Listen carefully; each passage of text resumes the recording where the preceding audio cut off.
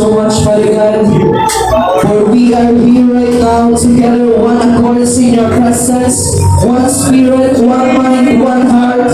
As we honor, as we acknowledge, oh God, your servant, the prophet, together with our pastor, Pastor Janelle Imperial, and your sons and daughters who's here right now, as we are connected in the realm of the Spirit, we will never be defeated, oh God, in the name of Jesus. Every witchcraft, wizard, and witches right now, their operation in this place shall be uprooted.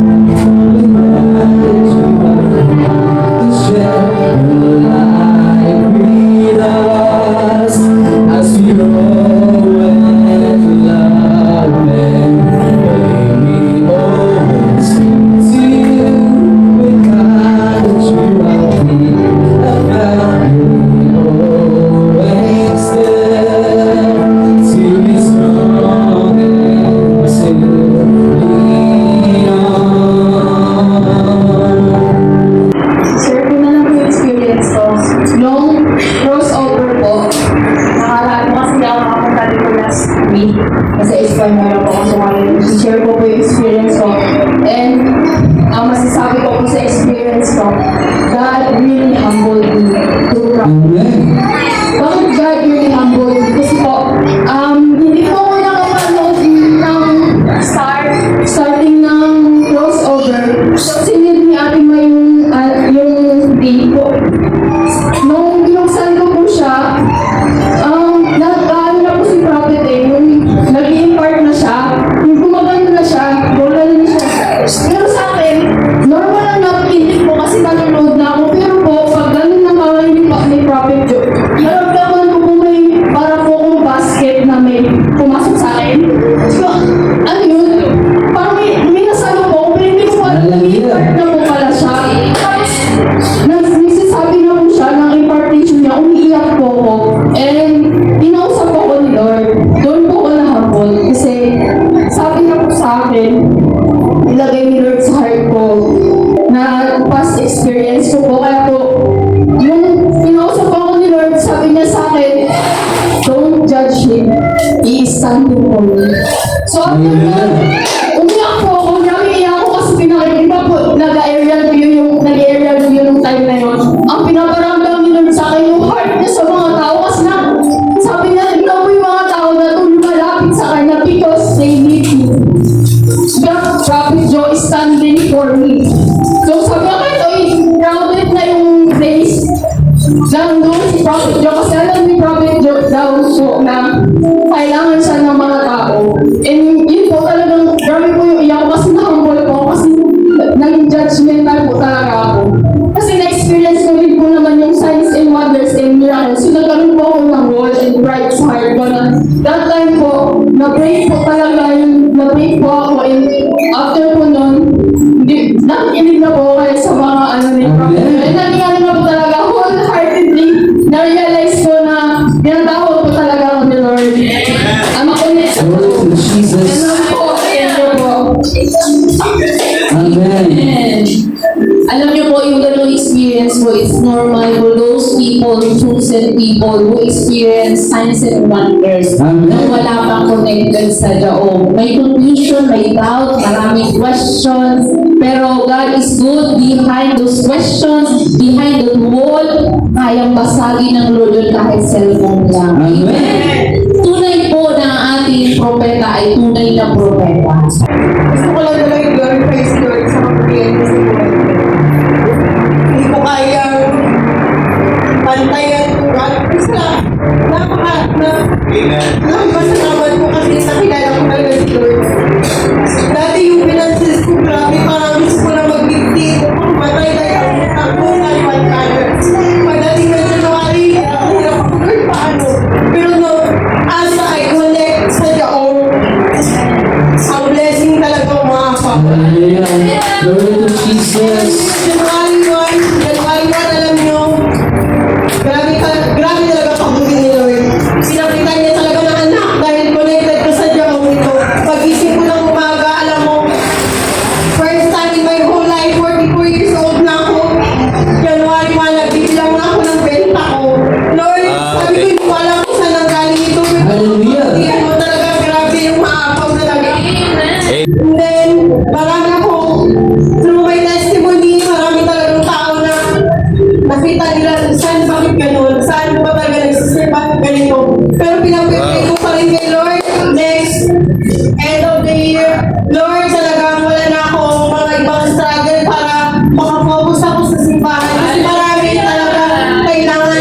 Siyempre, nabubuhay tayo bilang tao, marami tayong kailangan gagawin pa kasi nabubuhay kayo sa tulong ito.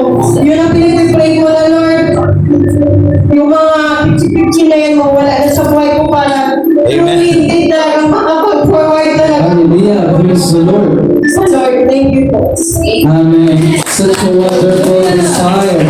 Hallelujah. Itong nakaraang New Year, nung sinabi po namin ng New Year, hindi ako mag-prepare kung ano ang yung sarap sa hindi pagkainan namin. Hindi ako mag-prepare ng 13 na klase ng mga bukas. Diba? Yung mga bilo-bilo. Diba? So, sa akin kasi, yung natutunan ko dito sa Jao. Kasi dati, nag-prepare ako, may mga bilo-bilo, madami ko, yung mga bilo-bilo pa, mga bulkadas.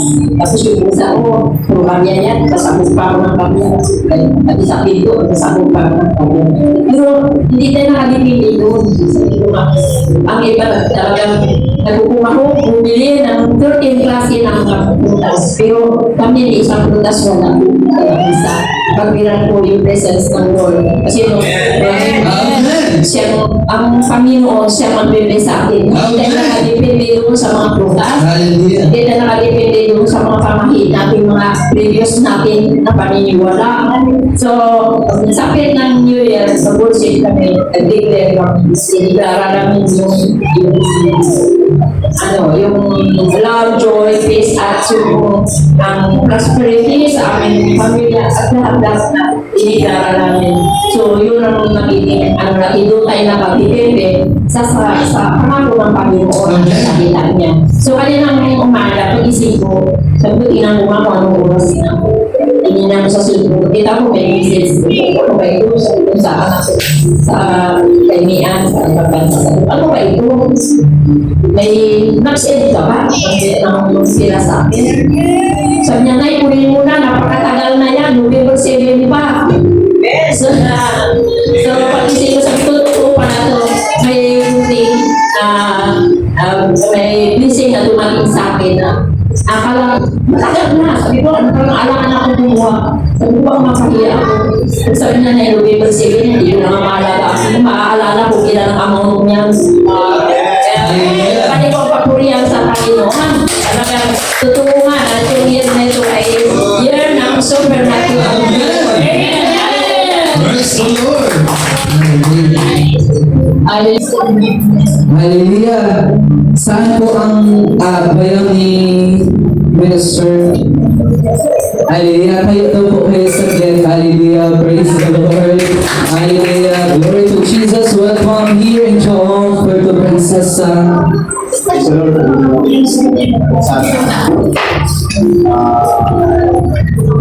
Una kasi dalawa lang kami sa tatanto kami ng public sana baka hindi naman po ako nag-invite talaga kasi share ko lang po yung ano po yung Amen. kapangyarihan ng Diyos sa nangyari po sa buhay namin. Sa kapila, hindi namin subukan. Hallelujah. Ay napatunayan ko na dito ay sa Diyos ng taon ay buhay ay pakapangyarihan. Amen. So Lord, at napasalamatan ko rin po nung bago po mag-2024, sumabay po kami sa pagsalubong po ng Winter's tatak ng wala pang alas 12 pero maging nakita ko doon ano na eh mga kita ko po doon pang sayaw then hanggang sa tatak ng alas 12 doon yung pupuro sa Panginoon kasama po at sinabayan po namin yun kasama ko yung asawa ko meron po yung basic sa March hallelujah Diyos at naramdaman ko po yung pagbibigan ng ating hallelujah at pasalamatan ko rin po ante ko. Siguro kung wala po yung kapangyarihan ng Diyos, nakaganda talaga ako ng aso. Then, nakita ko ng, pag-abot ko po ng pagkain sa customer ko, nagbukas ko siya ng game ko. Kaya ko yung pagkain. Kasi nag-deliver po ako. Pag-abot ko ng pagkain, tama po sumuko yung aso, ng aso. Sakman po ako. Hindi ko po nakita, pero talagang ramdam ko yung umuko po ako. Ang sabi ng, ng kapitbahay, sabi niya, marami na lang po nakadasyon. Sabi niya, sir, baka pwede malamig ng baka may tama ka. Itas ko po yung ano. Kasi dito talaga, hindi nga ako ng ako. Alam ko, pinakailangan naman ko po. Hallelujah. Hindi naman po, malaking aso lang siya na hindi papasok po ang mga aso. Hallelujah. Glory to God. Kapag po lang pa ako, wala akong Amen. Thank you, Jesus. kaya sabi ko na kapitbahay yung ano ko. Ang dami na po nakagagyan. Praise the Lord. Amen. Tunay na, hallelujah, ang Diyos may, Daniel, Diyos may sarapin sa kabinig ko ng saan, Hallelujah. pag si Daniel na doon sa mga leon, hindi ko, baga hindi ko yung bibig. Siguro na, inisip ko na, siguro, dinumog ako, pero hindi siya makakakat kasi nakatulog yung mga manalangin. Ang mga nasa langit, makapangyarihan sa lahat. Puspos na puspos ko ang aming mga puso ng pasasalamat sa mga nagawa mo sa mga nakaraang taon. At ito ay binamahagi namin sa pagkakasa sa amin. Salamat po sa mga kabutihan, blessings, favors, and permissions na aming natanggap mula sa iyo, mga kagalingan, physical, emotional, at relationship, Panginoon.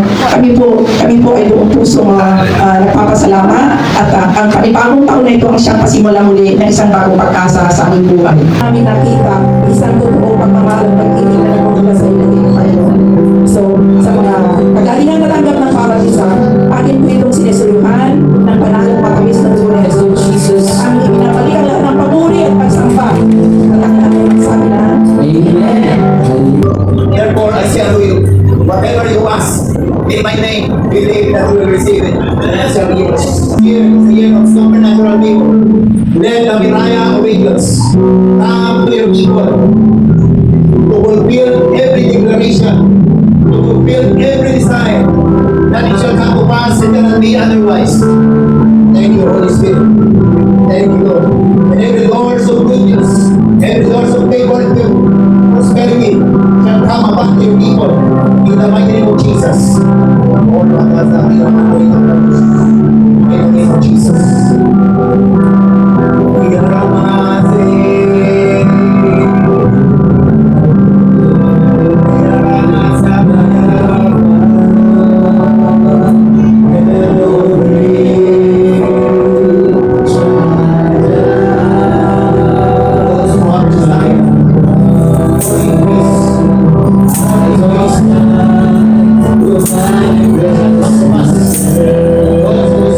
Thank you.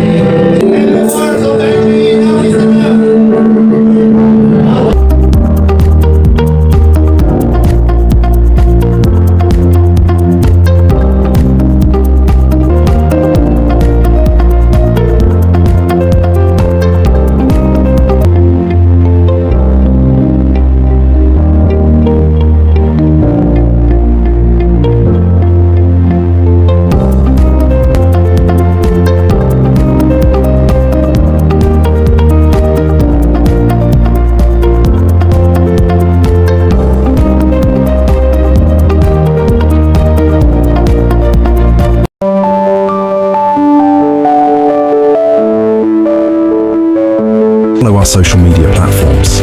For our Facebook official page, follow Jesus, the Alpha and Omega Ministry. Let's keep sharing our live streams, our posts, and our testimonies. Let's continue to invite our family and friends, and even our online community, to join us. Family, let's all be online evangelists. You already know what to do. Let's use our timelines, our chats, and our networks to bring more people into the presence of God.